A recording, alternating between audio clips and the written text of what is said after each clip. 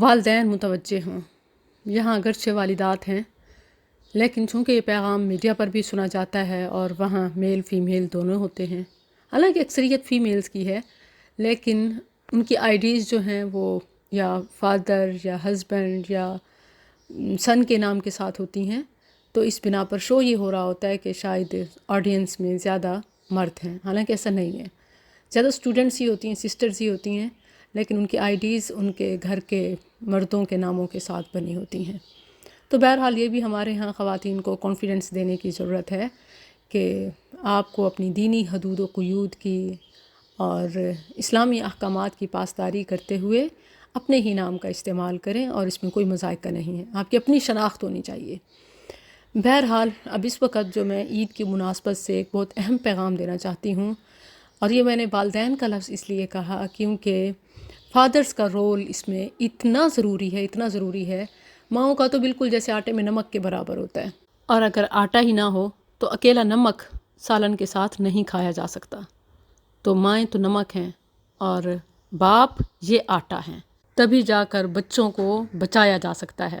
اپنی دوستیوں دلچسپیوں سے وقت بچائیں تو بچے بچیں گے، اور یہ پیغام خاص طور پر باپوں کے نام ہے۔ بچوں کو بچانے والے یہ باپ ہیں، اور بچوں کو اجاڑنے والے یہ باپ ہیں، کیونکہ گلشن کے مالی یہ ہیں۔ اور یہ کوئی میں اپنے طور پر جذباتی ہو کر نہیں کہہ رہی، بلکہ میں آپ کو قرآن کریم اور احادیث نبویہ سے سمجھاتی ہوں۔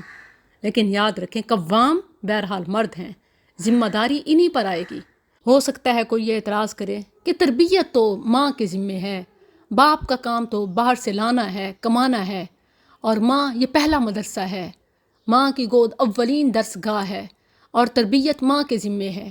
اصل میں یہ وہ سوچ ہے کہ طاقتور سے بوجھ اتار کے کمزور پہ ڈال دیا جائے۔ ایک طرف مرد کو پاورفل کہتے ہیں اور ہے، دوسری طرف عورت کو کمزور کہتے ہیں اور ہے ناقصات العقل والدین۔ پھر طاقتور سے بوجھ اتار کے کمزور پر کیسے دے دیتے ہیں؟ وہ بھی ایک بڑی اہم ذمہ داری، دین و دنیا کا سرمایہ، قوم و ملک کا خزانہ، آپ کیسے طاقتور سے کمزور پر لاد سکتے ہیں؟ ویسے تو بہت سارے دلائل ہیں، لیکن اگر صرف آپ قرآن کریم میں آباوین اور والدین ان دو لفظوں کے درمیان فرق کو سمجھ لیں تو پھر آئندہ کبھی یہ نہ کہیں کہ تربیت ماں کی ذمہ داری ہے۔ ماں کا تربیت میں آٹے میں نمک کے برابر کردار ہے، اور باپ امت کو بچانے میں، روٹی کے پکانے میں آٹا ہے۔ ماں کی تو صرف شمولیت ہے نمک برابر۔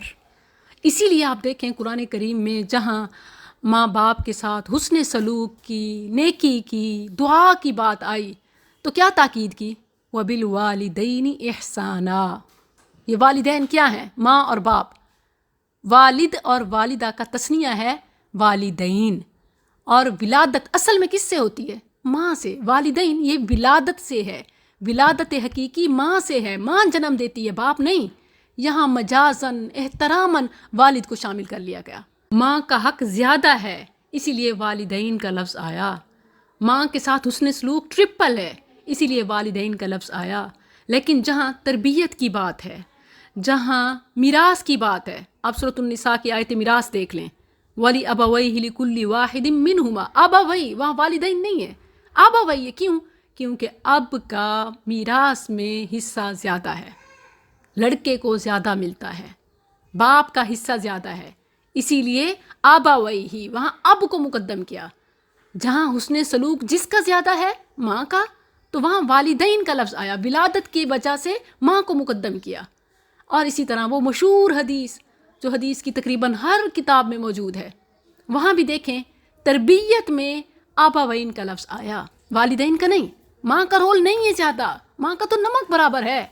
کل مولود یولد علی الفطرہ فابواہ، آباوا، اب کو مقدم رکھا گیا، اگرچہ اس میں ماں شامل ہے اتنی ہی جتنی آٹے میں نمک ہوتا ہے، لیکن اصل میں باپ کے اوپر ذمہ داری ہے۔ اسی لیے والدیج نہیں آیا، جیسے ربنا اغفر لی ولوالدیج، والدیج کا لفظ نہیں آیا، والدین کا نہیں ہے، بلکہ آباوین، کیونکہ تربیت اصل میں باپ کے ذمے ہے۔ قرآن کریم میں لفظوں کا استعمال بڑا اہم ہے۔ اگر آپ لفظوں کے استعمال پر غور کریں کہ ایک لفظ مختلف معانی میں آتا ہے، لیکن کون سا کہاں اہم ہے، اس میں بھی بڑا پیغام ہے۔ اب عید ویکیشنز ہیں، باپ اپنی مصروفیات میں خاص طور پر اپنے بیٹوں کو شامل کر لیں. بچے آن لائن گیمنگ کے ذریعے سے اسکول سے فری ہوتے ہیں، ہاسٹل سے آتے ہیں، چھٹیاں ہیں، چھٹیوں کی بنا پر انہیں خاص رعایت دی جاتی ہے، وہ اپنا فل ٹائم اسکرین ٹائم بنا دیتے ہیں، اور اس کے ذریعے سے آن لائن دوستی، ویڈیو گیمنگ میں مختلف دنیا کے لوگوں سے اور اپنی ایج کے چھوٹے بڑے جو انہیں کس راہ پر، کس لینگویج اور کس کس چیز میں انوالو کرتے ہیں آپ سب جانتے ہیں. وہ نشہ ہو، خواہ چرس کا، افیون کا، ہیروئن کا، اور پتہ نہیں کس کس چیز کا، بے حیائی، فحاشی، اور پھر جوا اور ان لمیٹڈ حرام کاریاں ہیں. نبی صلی اللہ علیہ وسلم نے فرمایا کہ المرء علی دین خلیلی. یہ آپ ابو داؤد، ترمذی اور مسند احمد میں دیکھ سکتے ہیں کہ انسان اپنے دوست کے دین پر ہوتا ہے. فَلْيَنظُرْ أَحَدُكُمْ مَنْ يُخَالِلْ. ہر ایک دیکھ لے وہ کس سے دوستی رکھتا ہے. آپ اپنے بچوں کی اسلامی تربیت کر رہے ہیں، آپ اپنے بچوں کو کون سا دین پڑھا رہے ہیں، آپ کو اپنے بچوں کی دوستیوں کا ہی نہیں پتہ. خاص طور پر ویڈیو گیمنگ میں وہ کون کس سے کیا بات کر رہا ہے ہمیں پتہ ہی نہیں ہے. ذمہ داری کس پہ جاتی ہے، کون خیال رکھے گا. ہماری دوستیاں، دلچسپیاں، مشاغل، کاروبار بڑا بہانہ ہے، بزنس میں مشغول ہیں. ماؤں کو ذہنی سکون نہیں دیتے، جسمانی راحت کا سامان نہیں دیتے، اوپر سے اپنی دلچسپیاں، دوستیاں اور کاروباریاں کہیں کہ وہ جلتی پر تیل کا کام کرتی ہیں. بچے کس کس کے ساتھ دوستی رکھتے ہیں، خاص طور پر انٹرنیٹ کی دنیا میں.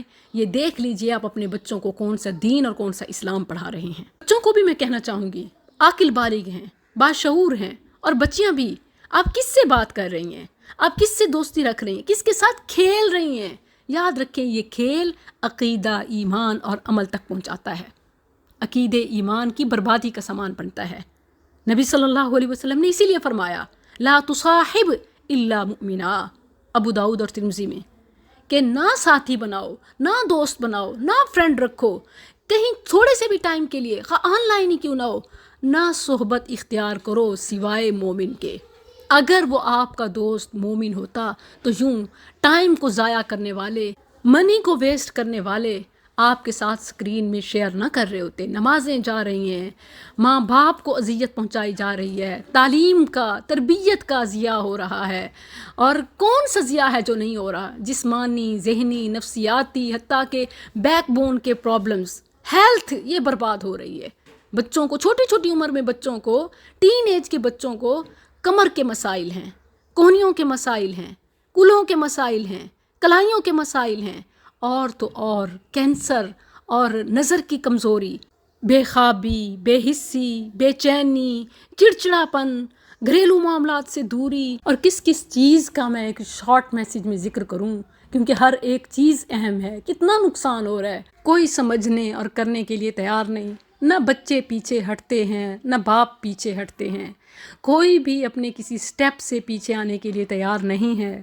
حالانکہ صحبت اور مجلس سے، خواہ وہ آن لائن ہی کیوں نہ ہو، ویڈیو گیمنگ میں ہی کیوں نہ ہو، اس سے انسان اپنے ساتھی کی عادات، رنگ ڈھنگ اختیار کر لیتا ہے.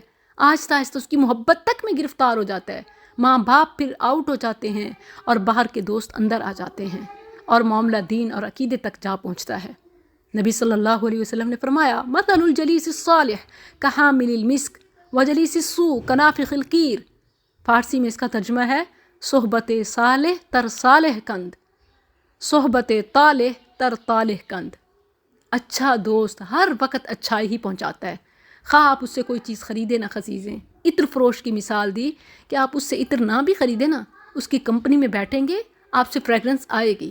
اسی طرح آپ ایک لوہار کے پاس، آپ ایک دھوئیں والے کاروبار کے شخص کے پاس بیٹھیں گے، اسموکر کے پاس، آپ پئیں گے نہیں، آپ لیں گے نہیں، پھر بھی آپ کے لباس سے، آپ کے منہ سے وہ اسمیل آئے گی. باپ حضرات پلیز متوجہ ہوں. عید قربان بچوں سے موبائل، سکرین، انٹرنیٹ گیمز چھڑانے کا بیسٹ ٹائم ہے، بہترین وقت ہے. جانوروں کی خریداری، دیکھ بھال، چارہ ڈالنا، نہلانا، گھمانا پھرانا، ان ایکٹیویٹیز میں، گھر کے کام کاج میں سنت نبویہ کے مطابق خود بھی اور بچوں کو بھی انوالو کریں. جو ہو گیا سو ہو گیا.